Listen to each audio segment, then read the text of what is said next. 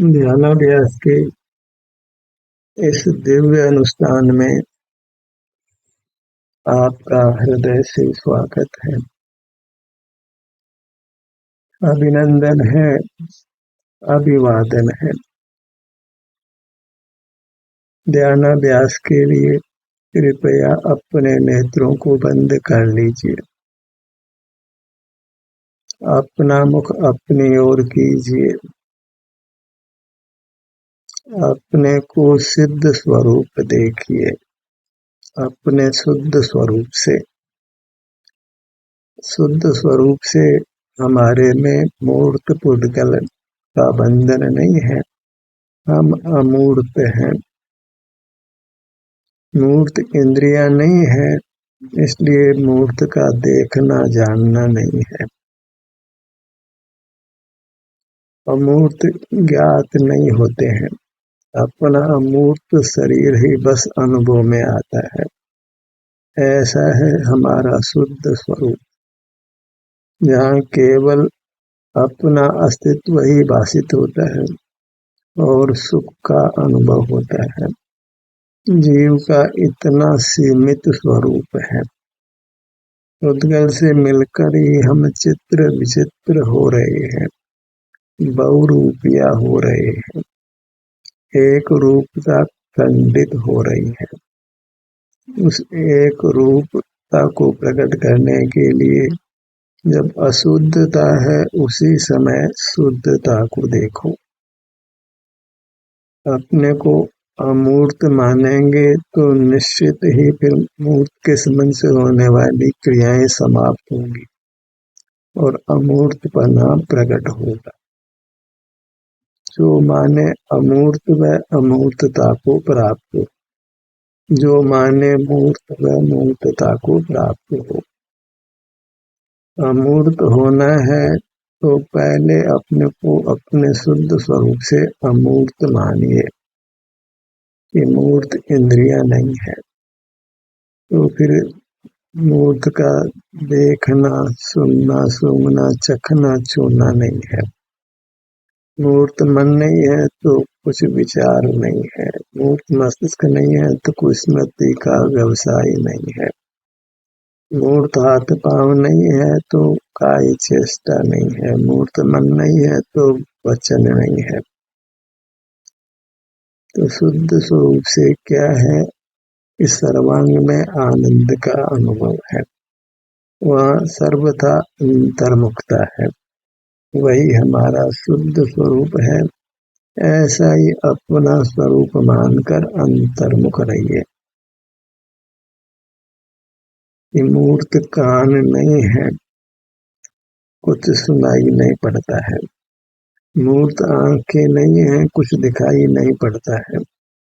मूर्त नासिका नहीं है तो गंध जानने में नहीं आती है। मूर्त जिह्वा नहीं है तो पुद्गल के रस का ज्ञान नहीं होता है। मूर्त स्पर्शेंद्रिय नहीं है तो ठंडे गरम हल्के भारी का ज्ञान नहीं होता है। मूर्त मन नहीं है तो विचार उत्पन्न नहीं होते हैं। मूर्त मस्तिष्क नहीं है तो भूतकाल की स्मृति नहीं होती है। तो क्या होता है? आनंद होता है। भयमुक्ता नहीं होती है तो आनंद का अनुभव होता है। ऐसा अपना स्वरूप निर्धारित कीजिए, तो फिर आप सदा अपने सन्मुख रहेंगे और आनंद का अनुभव सतत होगा। आप पूर्णतया स्वस्थ होंगे। अभी तो पूर्णतया वीतराग होते हैं और फिर क्रम से स्वास्थ्य प्रकट होता है और अल्पकाल में ही हम पूर्ण स्वस्थ हो जाते हैं। जहाँ स्वास्थ्य है वहाँ सुख है। पूर्ण स्वास्थ्य जब प्रकट होता है तो फिर क्षुधा नहीं है, त्रसा नहीं है, निहार नहीं है, निद्रा नहीं है। अद्भुत से अद्भुत स्थिति है। परमात्म दशा अचिंत्य है, पर फिर भी उसके स्वरूप का कुछ अंश अभी अनुभव में आता है।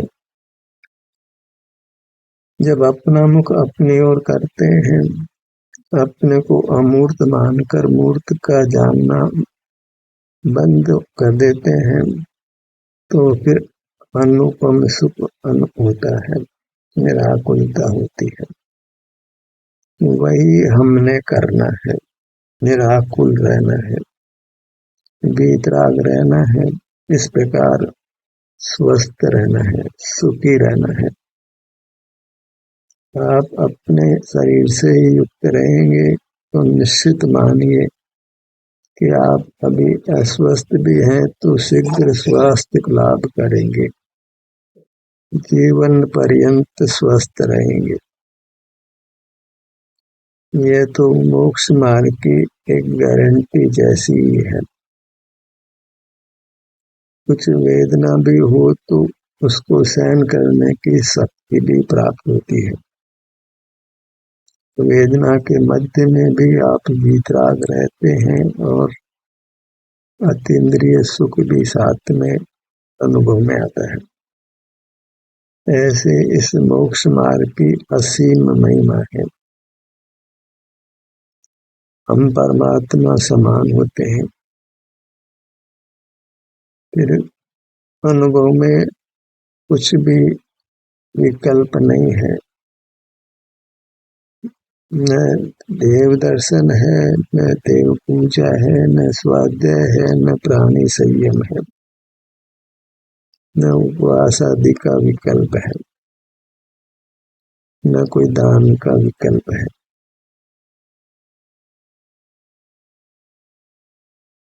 केवल आनंद का भोग है। क्षमा मार्दव आदि कोई विकल्प नहीं है, केवल सुख है। परमात्मा को भी केवल सुख, और हम भी जब अंतर्मुख होते हैं तो केवल सुख। जीव का ये सुख स्वभाव है। चतुष्टय ने द्रव्य के 3 विभाग करते, क्षेत्र, काल और भाव। क्षेत्र नाम विस्तार का है, काल नाम उत्पाद व्यय का है, और भाव नाम स्वभाव का है, क्वालिटी क्या है, किस्म क्या है।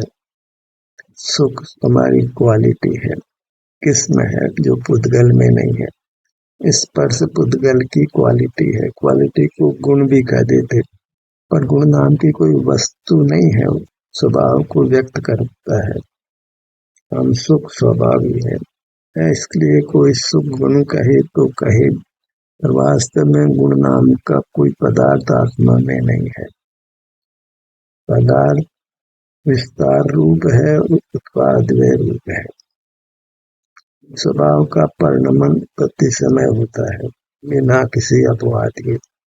बस पर लक्ष्य में बिगड़ जाता है और स्वलक्ष्य में वह स्वभाव व्यक्त होने लगता है। स्वभाव को व्यक्त करने के लिए स्वलक्ष्य में रहना है। इतना ही धर्म का स्वरूप मानिए, अन्यथा तो बहुत कुछ गड़बड़ होने वाला है। एकाग्रता नहीं होगी, विकल्प होंगे तो कर्म का बंधन भी होगा। केवल अपने विस्तार के सन्मुख रहना। विस्तार को शुद्धता है।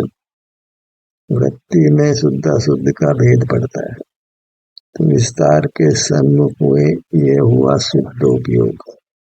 और इससे क्या होगा कि निर्वाण होगा, परमात्म पद मिलेगा, सिद्ध होंगे, मूर्त शरीर से रहित होंगे, अनंत काल मूर्त शरीर से रहित ही रहेंगे।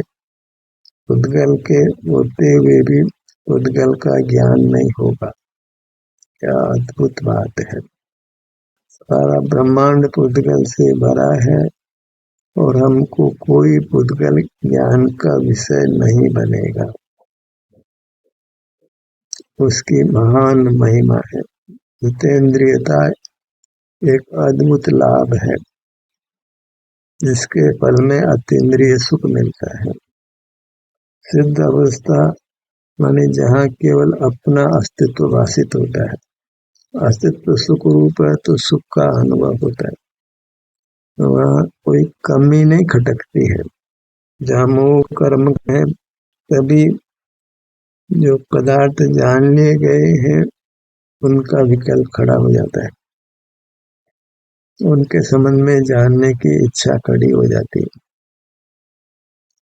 पर मूर्त का संबंध नहीं है तो ज्ञान इच्छा नहीं खड़ी होती है। कुछ जानने की इच्छा नहीं होती है कि दुनिया में अपने अलावा कौन है। तो सुख ही ऐसा अद्भुत है, अनुपम है कि जीव उसको पाकर अत्यंत संतुष्ट हो जाता है। एक अपना अमूर्त शरीर जो मिला तो सब कुछ मिल गया। वह ना मिले और बाहर का सब धन यश मिले, कुछ भी नहीं मिला। हमारी तो पाने की तोड़ ही मिथ्या है। हम धन यश विषय सुख पाना चाहते हैं। पाना था अपनी मूर्त को, और उस मूर्त को छोड़कर पाने लगे धन विषय सुख यश को। सब उल्टी धारा चल रही है। इससे हमको सुख नहीं मिलता है। धन को पाना, यश को पाना, विषय सुख पाना, वह कुछ भी सुख पाने जैसा नहीं है। सुख उससे कुछ भिन्न ही है। वह अपनी वास्तु, जो अपना अभ्यंतर अमूर्त शरीर है, उसके अनुभव से पैदा होता है। उससे ही हमारी दिव्यता है। अगर अतीन्द्रिय सुख स्वभाव नहीं हो तो फिर कोई दिव्यता नहीं, कोई परमात्मपना नहीं, कोई देवत्व नहीं। फिर तो हम भी पुद्गल जैसे ही हो जाते। जैसे पुद्गल को सुख नहीं, ऐसे हमको भी सुख नहीं। सुख से ही हमारी चेतनता है। हम चेतन हैं अर्थात सुख स्वभावी है। जो चेतता है, सुख का अनुभव करता है, वह चेतन है। उस अपने सुख का अनुभव करने के लिए ही हमें अपनी मूर्त में तिष्ठना है, बैठना है। जो अपनी उत्तम काया में स्थित है, वह परमेष्टि कहलाता है। तो हो जाइए परमेष्टि, अपनी काया में बैठ जाइए तो आप परमेष्टि हैं। दूसरे परमेष्टि की केवल आराधना करना बिना उनका स्वरूप जाने तो आपने पूजा की ही नहीं है, उनके दर्शन किए ही नहीं है। जो अपनी उत्तम काया में स्थित है वह परमेष्टि है। तो हम भी अपनी काया में स्थित हो सकते हैं, परमेष्टि हो सकते हैं। अभी इसी क्षण जिस समय हमारा मुख अपनी ओर है तो हम सिद्ध परमेष्टि समान है। वे भी वीतराग और हम भी वीतराग। उनको भी मूर्त का देखना जानना नहीं, और हम भी अपना मुख अपनी ओर है तो मूर्त का देखना जानना नहीं। ये परमात्मा से हमारी समानता भी, कुछ भी अंतर नहीं रहा। मैं वह हूँ जो है भगवान, जो मैं हूँ वह है भगवान। अंतर यही है कि हम स्वरूप से च्युत हो जाते हैं, और परमात्मा कभी स्वरूप से च्युत नहीं होते हैं। जहाँ स्वरूप च्युति है वहाँ रागाधिक है, और जहाँ स्वरूप से च्युति नहीं है वहाँ वीतरागता है। हम स्वरूप से च्युत हो जाते हैं और परमात्मा कभी च्युत नहीं होंगे। च्युत होने का कारण मोह कर्म का उदय है, और इंद्रिया होने से इंद्रिय ज्ञान रूप परिणमन कर रहे हैं।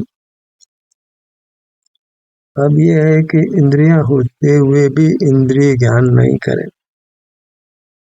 इंद्रियों के होते ही जो इंद्रियातीत वर्तन करते हैं वे अनंत परमात्मा है, साधु हैं और सम्यक दृष्टिग्रस्त है। एक वाक्य में सब आ गया। इंद्रियों के होते हुए इंद्रियातीत वर्तन करना, तो फिर प्रकट ही इंद्रियातीत हो जाता है, सिद्ध परमात्मा हो जाता है। अभी इंद्रियों के होते हुए भी मूर्त को नहीं देखता जानता है, फिर सिद्ध अवस्था में इंद्रिय ही नहीं है, तो वहाँ पे मूर्त को देखने जानने का कोई प्रश्न ही नहीं है। फिर वहाँ सर्वज्ञता का प्रश्न ही नहीं उठता है। वहाँ इंद्रिय ज्ञान के निरोध से वहाँ सुख मिलता है।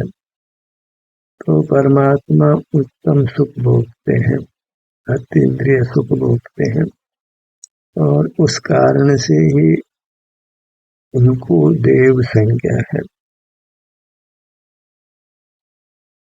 अतीन्द्रिय सुख को दिव्यता है।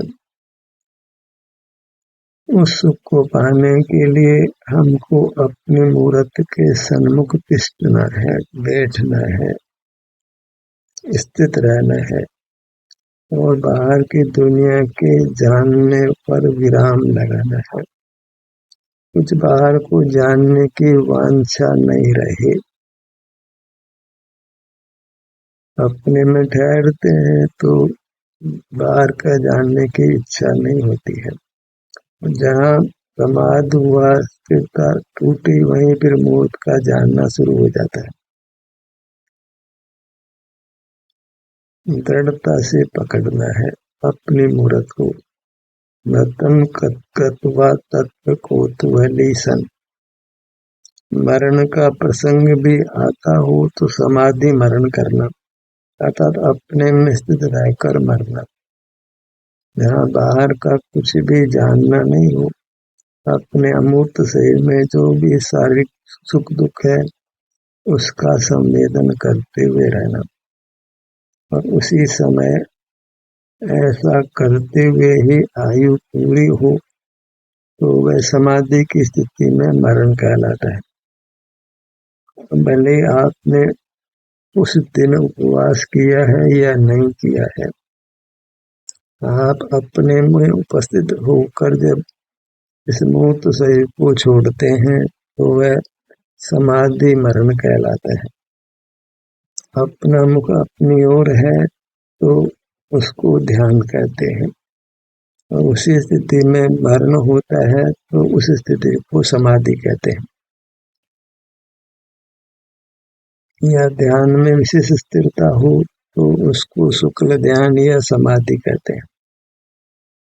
अधि माने आत्मा, माने अपने शारीरिक स्वास्थ्य जैसा भी है उसमें साम्य भाव होना।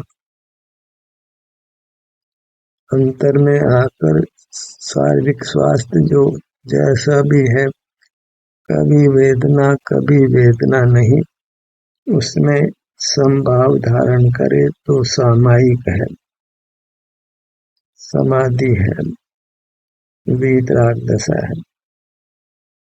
चारित्र है सो धर्म है, जो धर्म है सो साम्य है, जो साम्य है सो मोह क्षोभ विहीन निज परिणाम है। स्वरूप में आचरण है वह चारित्र है, वही धर्म है। उस धर्म में शरीर में सुख दुख की स्थिति के प्रति समभाव होता है, और राग द्वेष मोह उत्पन्न नहीं होते हैं। वही हमारा शुद्ध परिणाम है, शुद्ध स्वरूप है।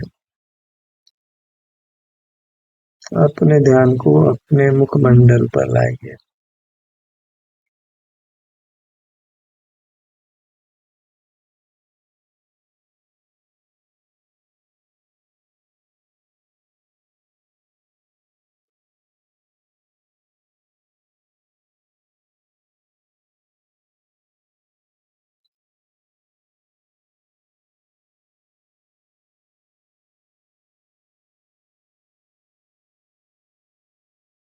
ऐसी कल्पना भी नहीं की होगी कि धर्म इतना सुगम होगा।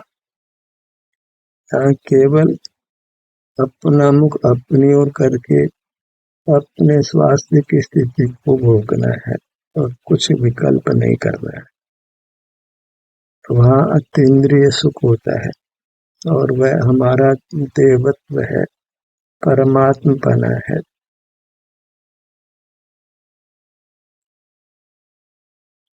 और उसी से हमारी प्रभुता है, हमारा ऐश्वर्य है। सिर का भाग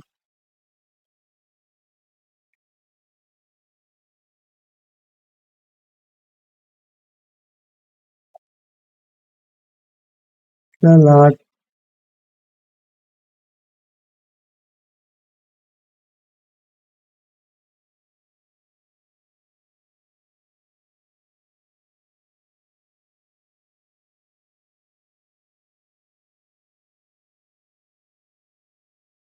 दोनों भुवों का मध्य भाग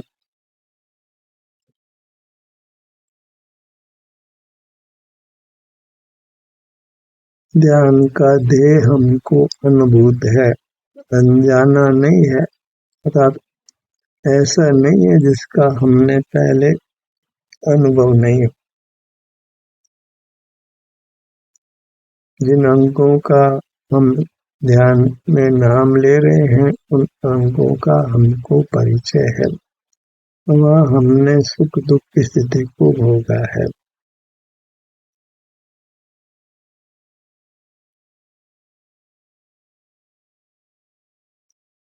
दोनों नेत्र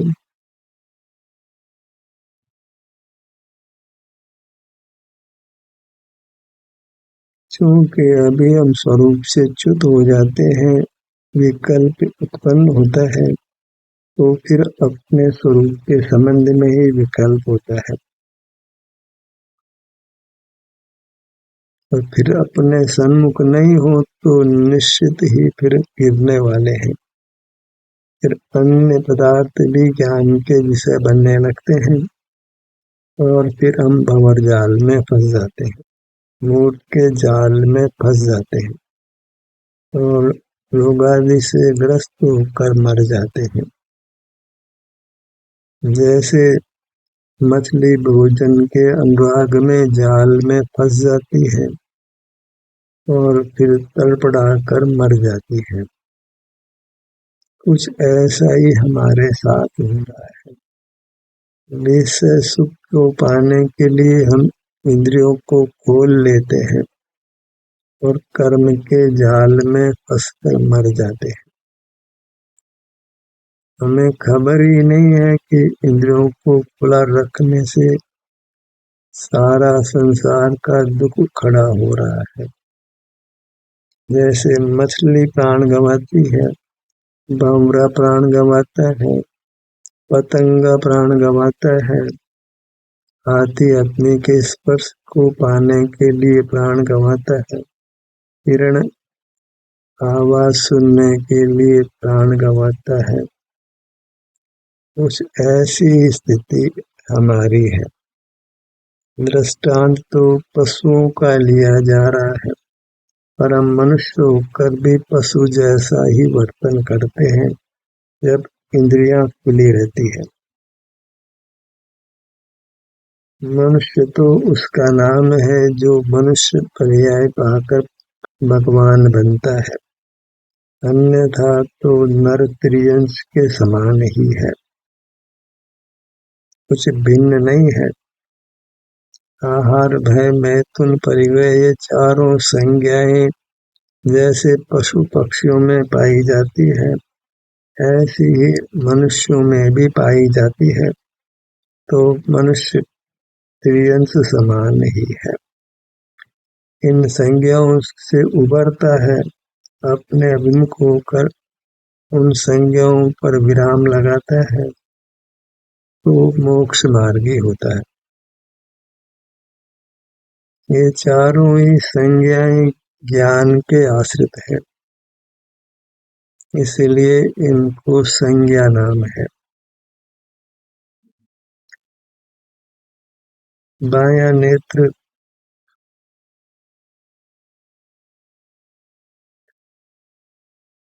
दायां नेत्र,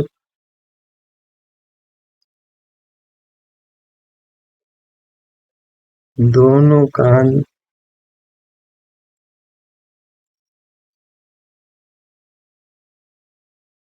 बाएं कान से दाएं कान तक अपने मुखमंडल की चौड़ाई,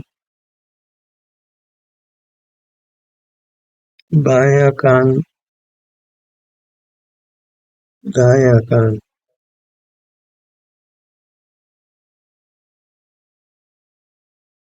अपना मुख अपनी ओर करके उत्तम सुख पाकर इस मार्ग के प्रति निशंक हो जाना है और अन्य वांछाओं को समाप्त कर देना है,